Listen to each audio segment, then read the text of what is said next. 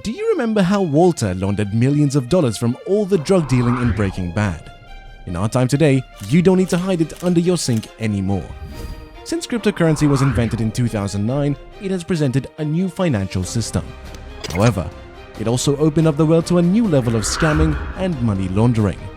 In this episode, we will be talking about how Tornado Cash was used as a money laundering haven, the people involved, and the spicy lawsuit against its developers.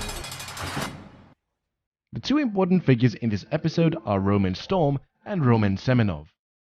Storm is a software engineer from Washington State, while Semenov is a computer scientist.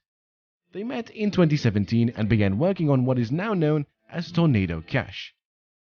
In August 2019, Storm and Semenov launched Tornado Cash.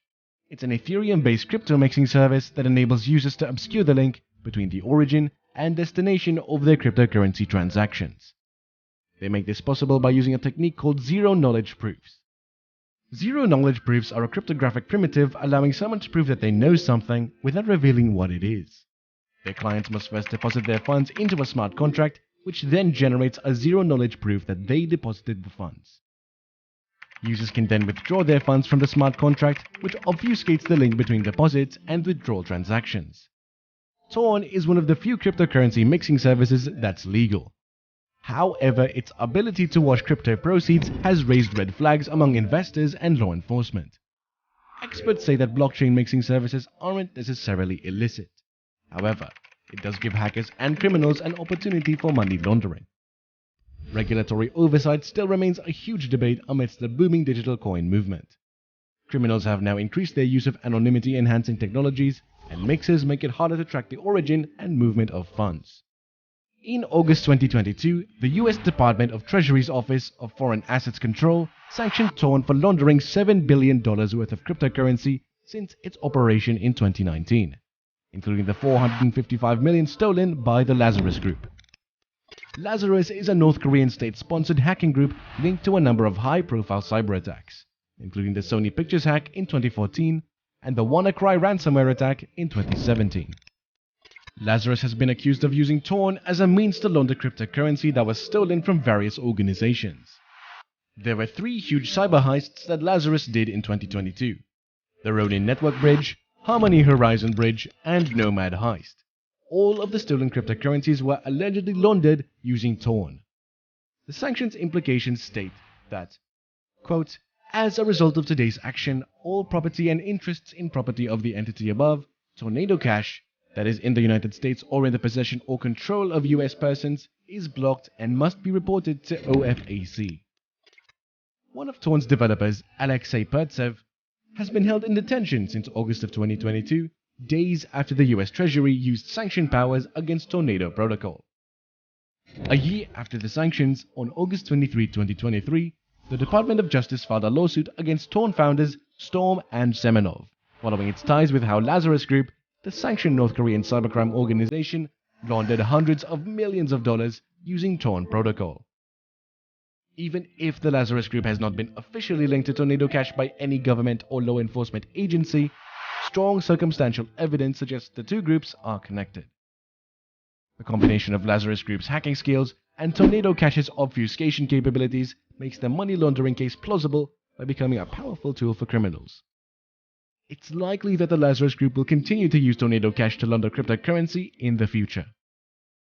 US Attorney Damian Williams said, quote, "Today's indictment is a reminder that money laundering through cryptocurrency transactions violates the law, and those who engage in such laundering will face prosecution."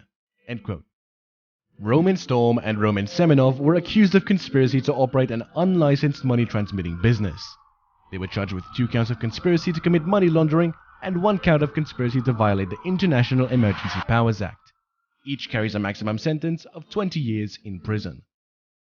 The DOJ's charges against Storm and Semenov are a major development in the case against Tornado Cash.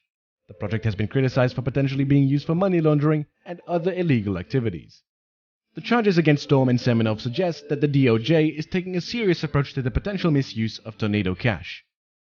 In addition to the DOJ charges, Tornado Cash has also been blacklisted by the United States Office of Foreign Assets Control. OFAC's blacklisting makes it illegal for US citizens and residents to use Tornado Cash. Despite the news of the arrest on August 23, prices were not as affected.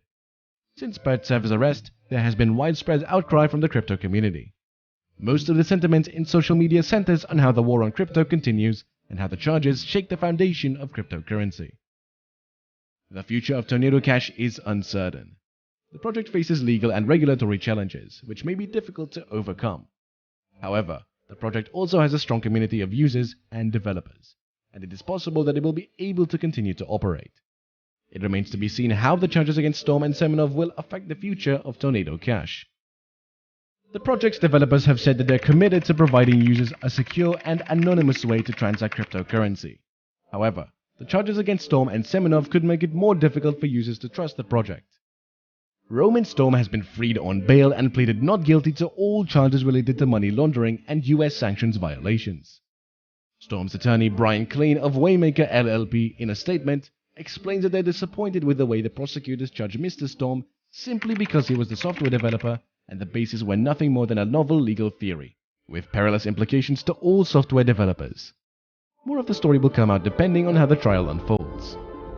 Crypto not only changed the way people think about money, but also how criminals choose to do theirs. We reiterate the importance of due diligence when using cryptocurrency.